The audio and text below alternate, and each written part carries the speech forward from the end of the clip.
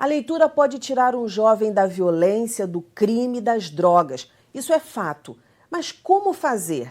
Nós vamos discutir esse assunto hoje aqui no estúdio. Então fique ligado, está no ar o Educação.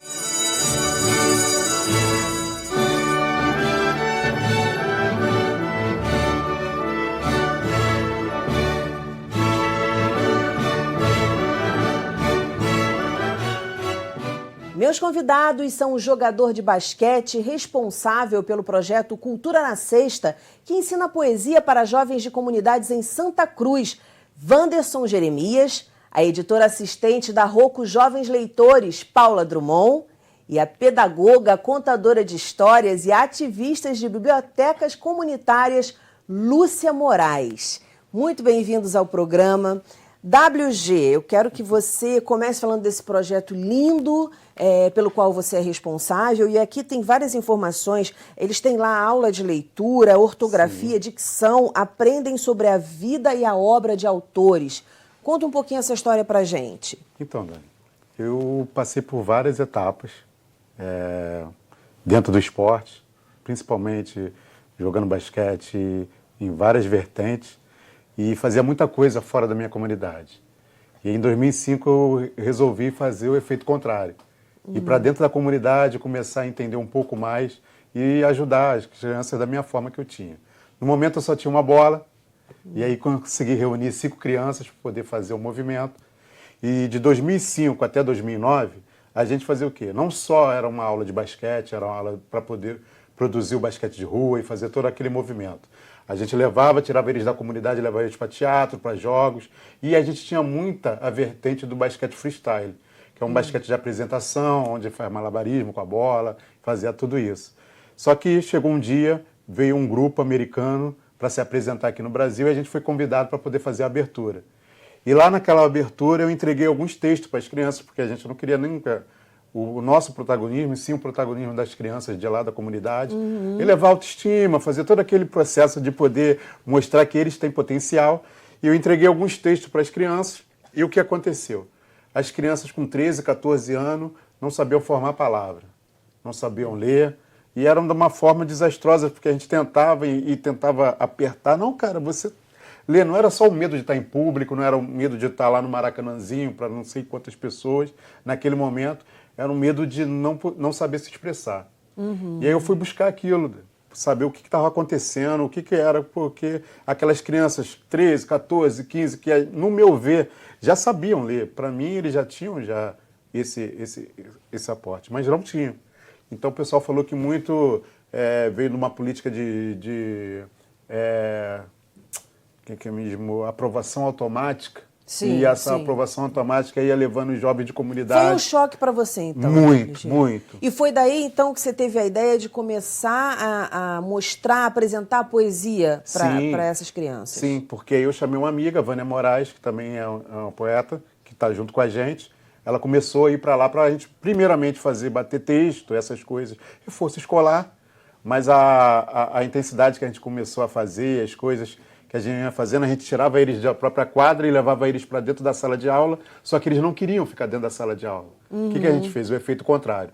Levou eles para dentro da quadra e começou, né? Cada um lia um texto, lia uma poesia e eles faziam basquete freestyle e daí nasceu o Ponto da Palavra, que é a mistura do basquete com a poesia. Essas são as nossas apresentações agora. Agora a gente leva isso. Que delícia! E o que você tem visto de mudança na vida dessas crianças, desses adolescentes? O que dá já para você dizer para gente? Sim, primeiramente é aquela sensação de você ganhar força, né?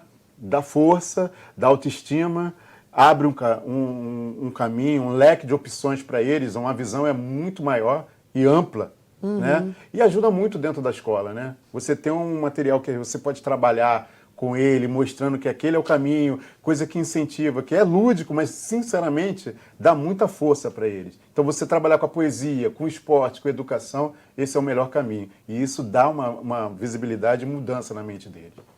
Paula, Lúcia, o que muda na vida da criança quando ela tem esse acesso à poesia? A gente estava conversando aqui antes de começar a gravar o programa que crianças, adolescentes gostam muito de poesia e quando a gente cresce parece que muda. A gente escuta dos adultos, eu não gosto de poesia, eu não entendo poesia. Queria que vocês falassem da importância da poesia para essas crianças, para as crianças no geral e adolescentes. Muda assim até a forma delas verem o mundo mesmo, que quando toca elas,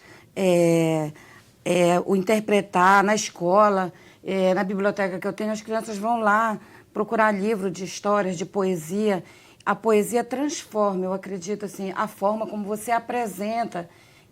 Tem grande influência, não só na escola, mas na casa delas mesmo, perante a outras pessoas, a forma como é passado, como ela vai sentir e interpretar.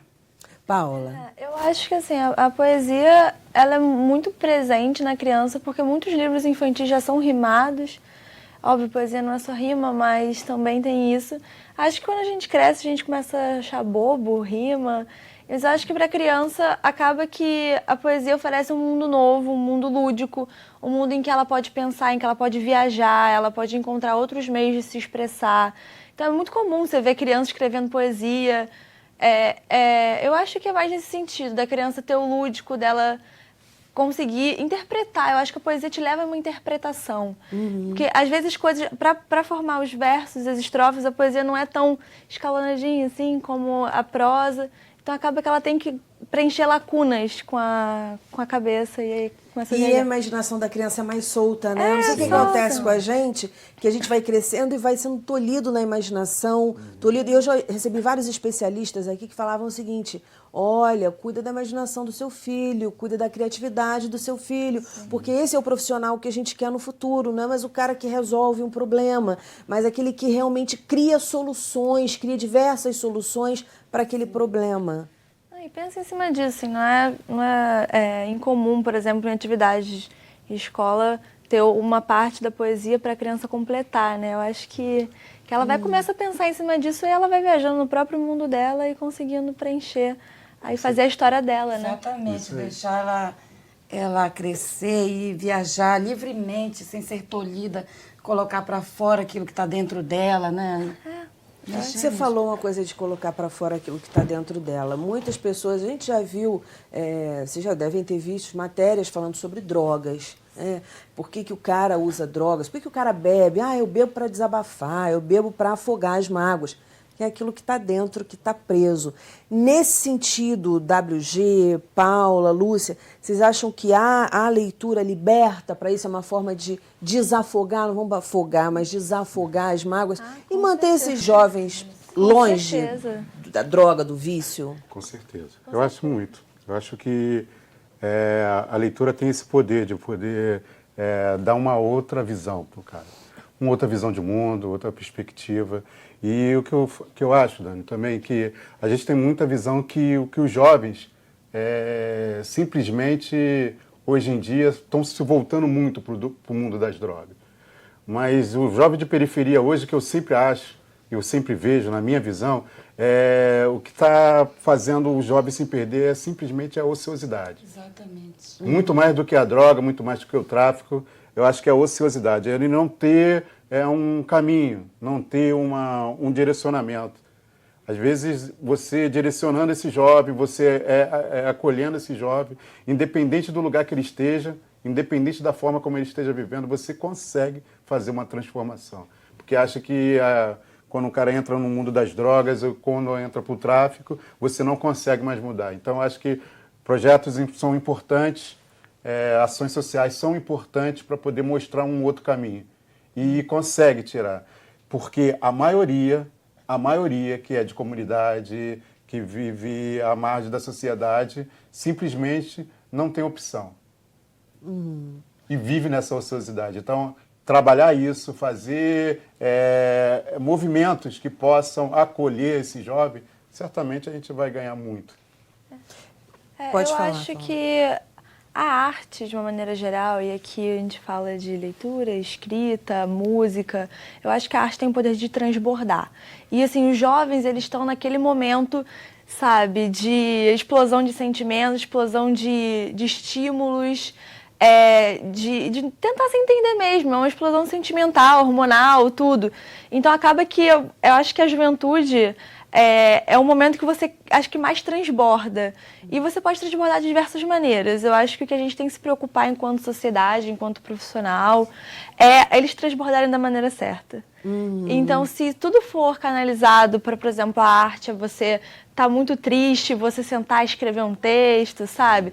Chorando as suas pitangas. Aquela poesia melosa. Aquela poesia. Em vez de ir pra rua e tentar entrar em contato consigo mesmo por outros meios que não são tão legais quanto, por exemplo, a droga e o álcool. Então, eu acho que nosso esforço enquanto sociedade tem que ser incluir esses jovens para fazer eles transbordarem, que é uma coisa que o jovem precisa, só que da maneira certa.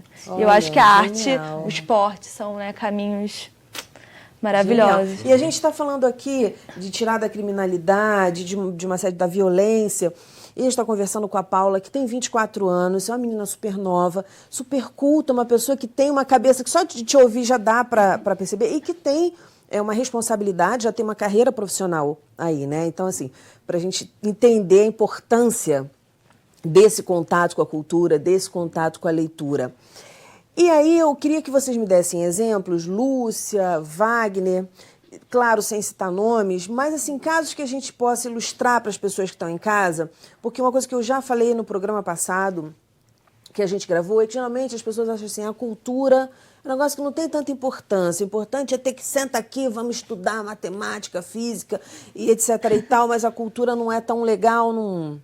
Eu dei até o exemplo da faculdade de comunicação, que um professor falando, quando uma empresa começa a ir mal, a primeira coisa que cortam é a publicidade e a propaganda, que tinha que ser a última coisa para cortar, porque é como você viabiliza, né, divulga o seu produto ou o seu serviço.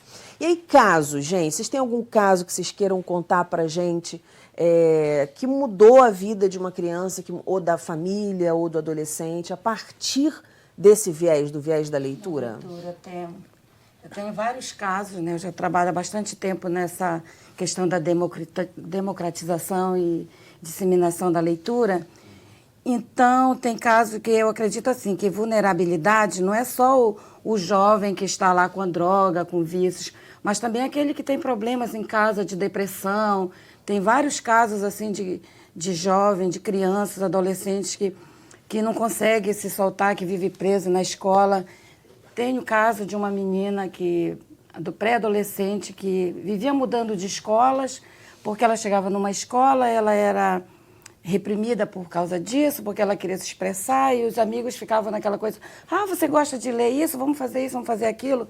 E a partir do momento que foi apresentado, que nós apresentamos a leitura, a poesia, histórias para ela, ela começou a não dar mais importância para aquilo, começou a sair do psicólogo, do tratamento psicológico que a mãe dela levava a ela. É mesmo? Foi. E assim, é muito gratificante. Curativo. Assim, é muito gratificante quando a mãe me manda uma mensagem e diz, poxa, hoje em dia ela já não está adulta, é uma adolescente com 17 anos, e quando ela fala, olha as notas dela, olha como ela cresceu, os elogios que as professoras dão para ela, e isso eu devo à forma como você apresentou a leitura para ela. O que você acha que aconteceu na cabecinha dela, essa chavinha aí que mudou e que virou e que mudou o comportamento dela, particularmente? Eu sei que você não é psicóloga, nada disso, mas assim, sou psicopedagoga. O que você sente? Assim, eu acho que a leitura abriu mesmo, não tenho certeza, foi a forma como eu falo sempre isso, a forma como você apresenta a leitura, a poesia é muito importante, porque você tem que estar com aquele fogo, aquela fogueira acesa dentro de você, porque se não tiver, você não vai passar para o outro que você não tem. Foi como a Paula falou, uma forma de transbordar, mas pelo lado positivo, pelo lado positivo. Assim. Então, acho que aquela chavinha que deu clique na cabeça dela foi assim, os personagens, as palavras, o que ela sentiu e a oportunidade que foi dada a ela de se expressar. E a identificação com o personagem, né? Quando a gente se identifica com o personagem, ele também não sou eu só que passo por isso. Com o adolescente, né, Paula, se sente muito assim, isolado do mundo. Não, isso só acontece comigo, só eu me sinto meio deslocado. Não, pra gente, assim, é diferente porque, bem, eu trabalho como editora, então eu tô no escritório. Uhum. Então a minha maneira, além de, obviamente, estar ali nas livrarias e alguns eventos, é carta de leitor. Sim. E é muito interessante, assim, já tiveram alguns casos. Uma vez eu recebi uma carta de uma menina falando, eu trabalhava numa editora que publicava o Zafon, falando que ela morava no interior, assim, em Santa Catarina, ela só tinha... Todo aniversário ela ganhava dinheiro para comprar um livro. Olha. E ela ia para outra cidade para ir na livraria comprar o livro. E aí, naquele ano, ela tinha escolhido Marina do Zafon porque era o nome dela. E aí ela escreveu assim, uma carta gigante contando a experiência de leitura dela, fazendo perguntas pro autor, que enfim, eu nunca pude perguntar. Mas assim, você vê que faz diferença. E eu acho que hoje, na literatura, graças a Deus, a gente está entrando por um lado muito importante que é a da representatividade. Então, quando a gente coloca no mercado livros com protagonistas negros, protagonistas negras, com protagonistas transexuais, gays, eu acho que aquele adolescente que está naquele momento de descoberta, ele acaba se vendo naquele livro, aquele personagem, eu não tô sozinho. Então, e a gente recebe a resposta. Eu vou pedir para você segurar aí um pouquinho, porque no próximo bloco eu quero começar entendendo como é que fica a cabeça aí da editora, no sentido de empresário, em relação aos pais, porque para muitos pais isso ainda é um mito, é um tabu, é uma coisa. Segura um pouquinho aí, nós vamos para um breve intervalo e voltamos já já, não desgruda.